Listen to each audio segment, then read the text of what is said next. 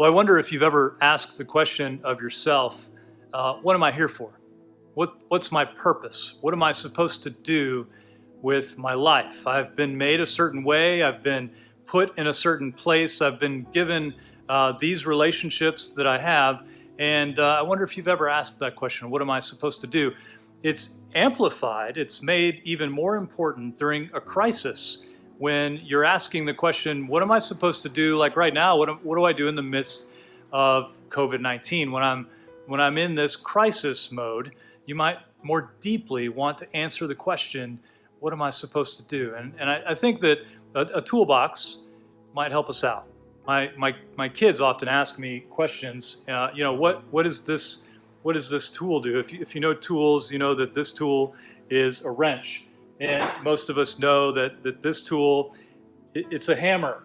But there are other tools that we can't really figure out, and often kids have no clue what this is. I bet a lot of you don't know, what is this thing?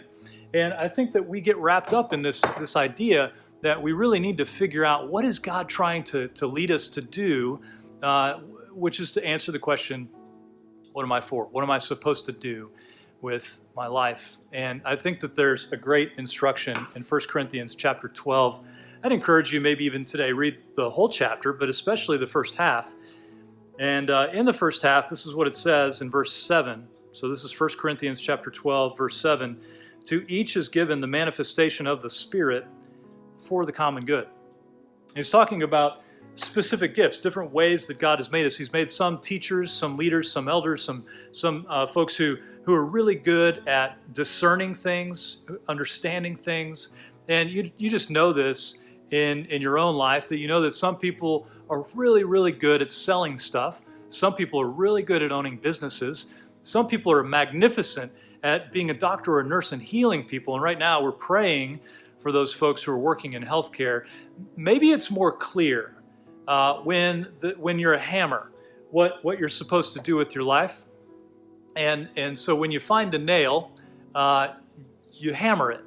And if you're asking the question, even in the midst of the coronavirus, what am I for? Well, I would encourage you to reflect on how has God made you? Because if you're a hammer, then it is your task, your joy, to go out and find nails and hammer them. And that's one of the ways that God has gifted you. If He's made you a teacher, you can still find ways to teach. If He's made you a leader, you can find ways to lead. There are other ways that expresses itself as well. If you're a mom, if you're a dad, if you're a child, you can do those things confidently because that's the way that God has made you.